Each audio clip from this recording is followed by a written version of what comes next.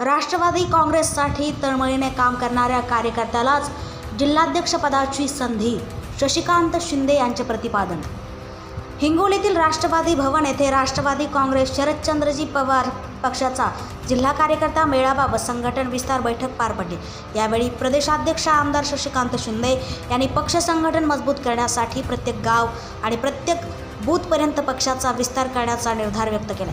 शिंदे म्हणाले की रिक्त असलेल्या हिंगोली जिल्हाध्यक्षपदी पक्षासाठी प्रामाणिक व तळमळीने काम करणाऱ्या कार्यकर्त्यालाच या आठवड्यात संधी दिली जाईल। त्यानंतर जिल्ह्यात पक्षाचा भव्य मेळावा आयोजित करण्यात येणार असल्याची घोषणाही त्यांनी केली।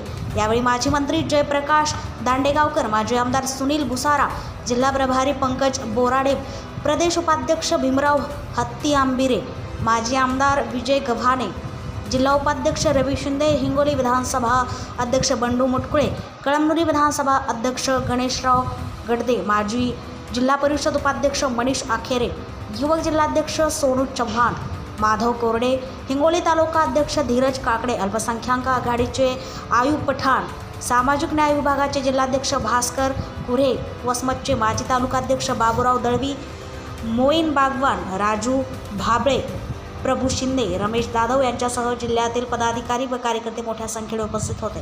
यावेळी शशिकांत शिंदे यांनी आगामी स्थानिक स्वराज्य संस्थांच्या निवडणुकांच्या पार्श्वभूमीवर प्रत्येक बूथवर कार्यकर्ता आणि प्रत्येक गावात राष्ट्रवादी काँग्रेस शरदचंद्र पवार पक्षाची शाखा उभारण्याचे आवाहन करत संघटन अधिक बळकट करण्याचे निर्देश कार्यकर्त्यांना दिले।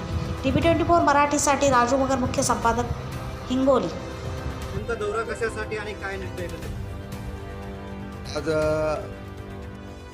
शरदचंद्रजी पवार पक्षाच्या राष्ट्रवादी काँग्रेस पक्षाचा आज दौरा परभणी, हिंगोली, वाशिम, लातूर, नांदेड या ठिकाणी करण्यात आलेला आहे।